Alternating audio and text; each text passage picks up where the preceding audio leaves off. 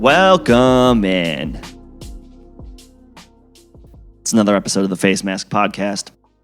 I am Nick Payne, and without a moment to spare, coming at you today with Facemask's DFS suggestions for the Sunday slate. This one took some time. There's some excellent matchups on Sunday, which means there is an excellent player pool to choose from. So sifting through this is not easy, but we're going to take a stab at it, hopefully help you set up your optimal lineup, and let's cash out. So here we go. At quarterback, there's a couple of tempting options here. Obviously, Patrick Mahomes. He's excellent. You know that by now. The Chiefs put up big numbers, and there are talks that Clyde Edwards-Helaire may miss the game. That tells me that they may throw a little bit more often than they already would. However, his price tag is huge. More than $1,000 more expensive than Tom Brady. So he's really going to have a monster game, which I don't need to tell you that Patrick Mahomes can do that on any given Sunday. But the Browns, while they're not a shutdown unit, they have a great defensive line, and they're getting star cornerback Denzel Ward back for this game. So they do pose a little bit of a challenge. So again, Mahomes is going to have a monster game for him to be a good return on investment. On the flip side in this game, it's tempting, obviously to always look at the cheapest quarterback on the slate, but I am going to fade Baker Mayfield. He has been really good at protecting the football, and game script would suggest that Mayfield could be in for a big day, just out of necessity. But the Browns don't have the big weapons in the passing game that make me feel good about passing on Mahomes, passing on Brady, passing on Breeze to take Mayfield. So, official suggestion for quarterback is going to be Tom Brady. He's cheaper than Mahomes, and he's probably got the best collection of pass catchers at his disposal of all of the teams remaining. I would expect he has to throw it. New Orleans is excellent against the run. Ronald Jones is questionable in this game, and Leonard Fournette has had up and down production at best all season long. So I think game script, even if the Bucs are winning this game, I think they're going to be throwing regardless.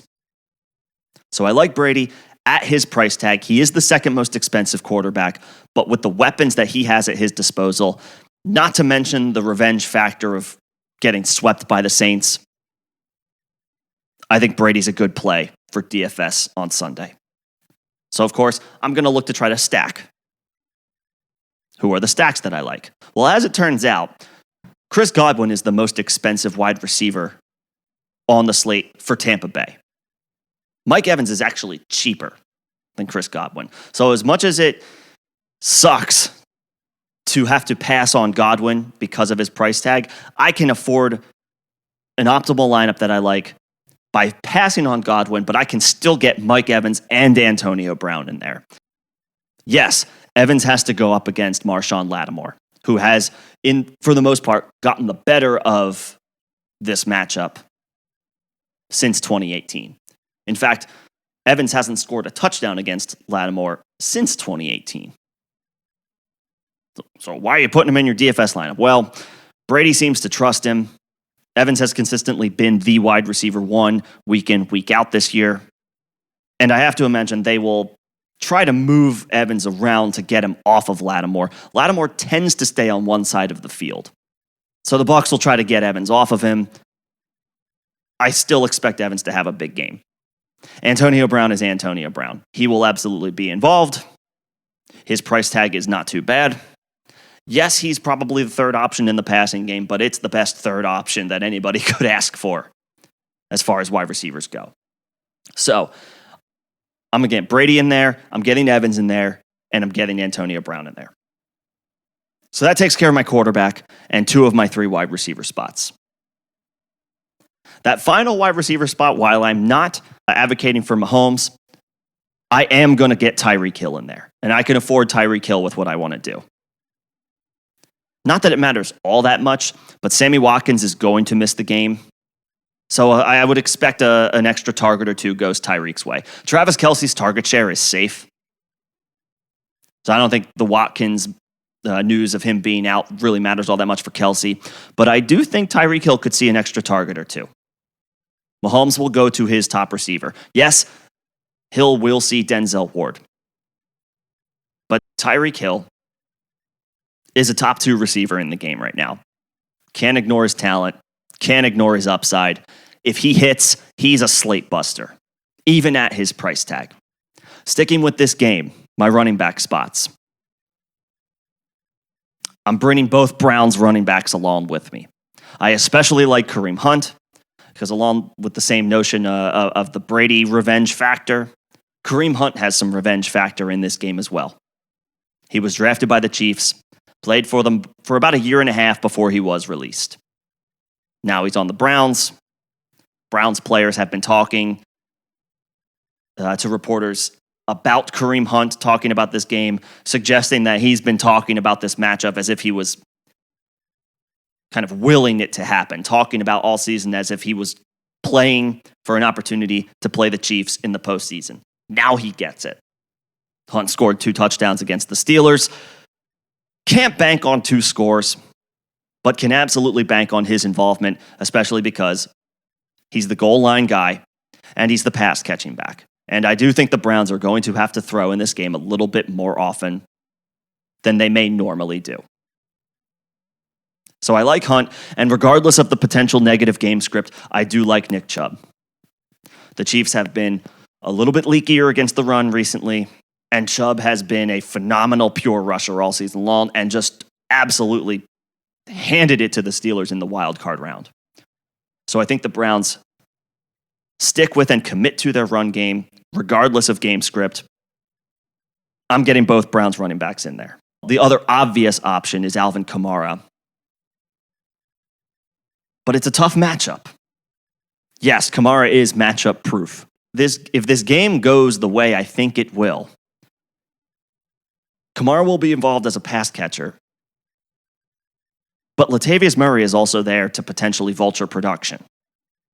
So with Kamara being the most expensive option at running back, again, it's like Mahomes. He has to have a huge game in order for him to hit on that investment. And he could. But if I plug Kamara in there, I'm more likely to have to rely on a dart throw somewhere else. If I keep Kamara out, I can afford both Chubb and Hunt, and I think both of them will be an integral part of the Browns' game plan. So, I got Brady, I got the Browns running backs. I'm getting 2 of Brady's receivers in there with Evans and Antonio Brown, and with all of that, I can afford Tyreek Hill.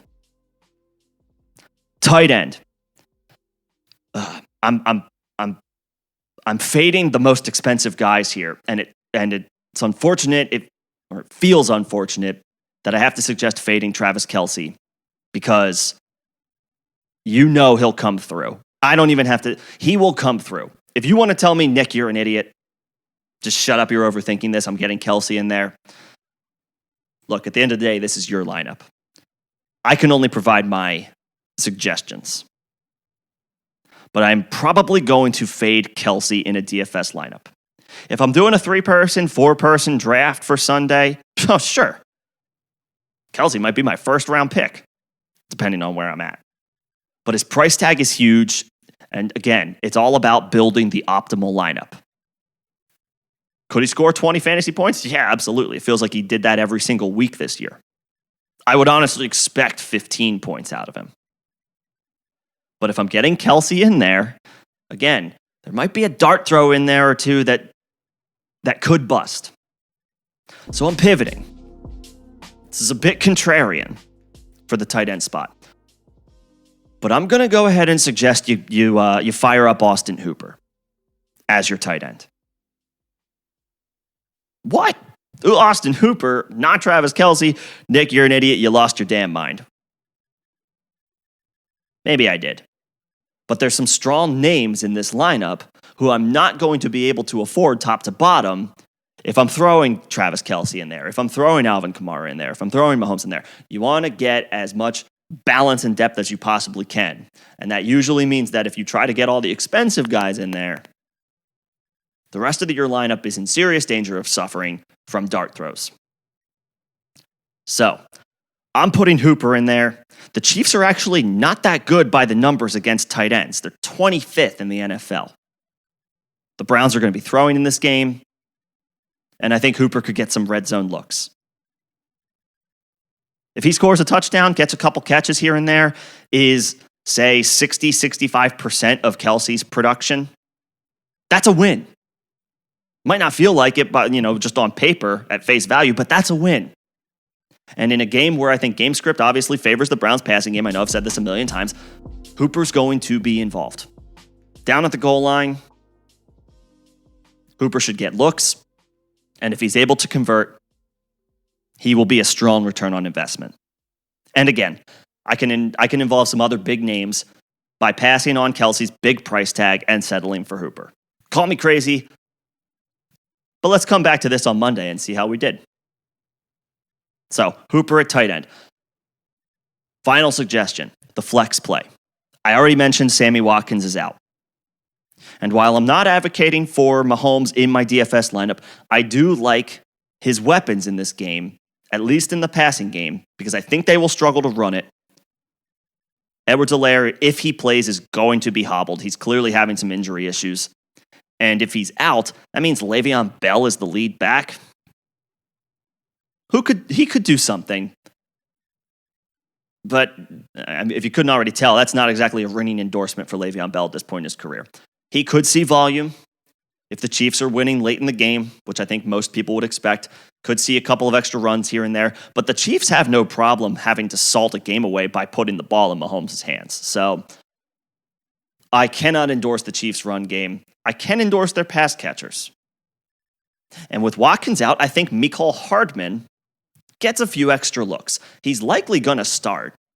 And like Tyreek Hill, he's a big play waiting to happen. Obviously, they're not even on the same level. Hill's on another stratosphere. But Hardman has big playability in him. And at his price tag, it's only at $5,200 on FanDuel.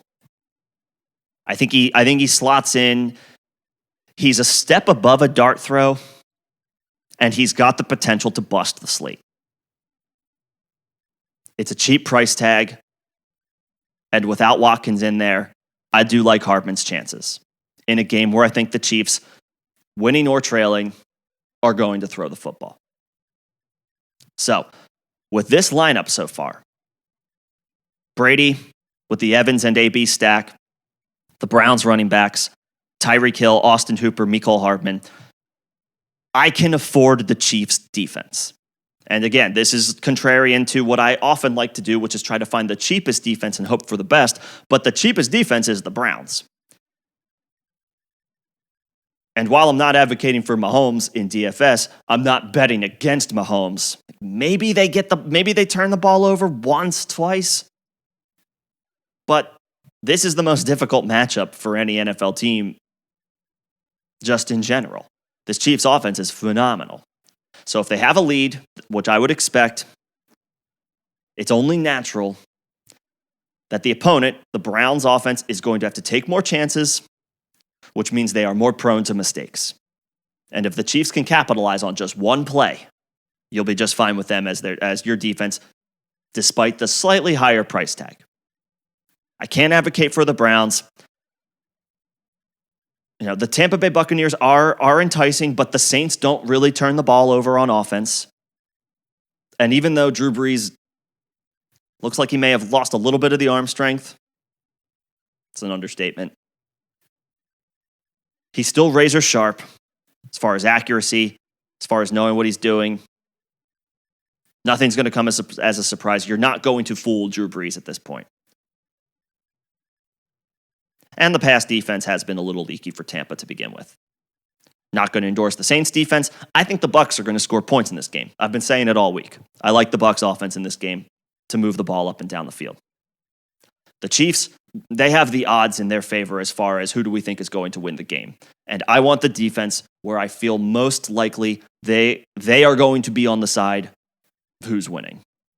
You'll have some money left over a little bit with this lineup. That's okay. Rule number 1 with DFS, don't spend your whole budget. That oftentimes backfires. You may think, oh, well, if you have a little bit of money left over, well, maybe you should get Kamara in there. You should get Kelsey in there. No. By spending your whole budget, that probably means, yeah, you do have Kamara and you do have Kelsey, but then you've got a bunch of dart throws in there as well. We don't want that. We want balance. And I think this lineup is pretty balanced and should be plenty competitive for you tomorrow. Brady at quarterback. Browns running backs, Nick Chubb and Kareem Hunt. Get them both in there. I'm getting Tyreek Hill in there. I'm getting Mecole Hardman in there. I'm stacking Evans and AB with Brady.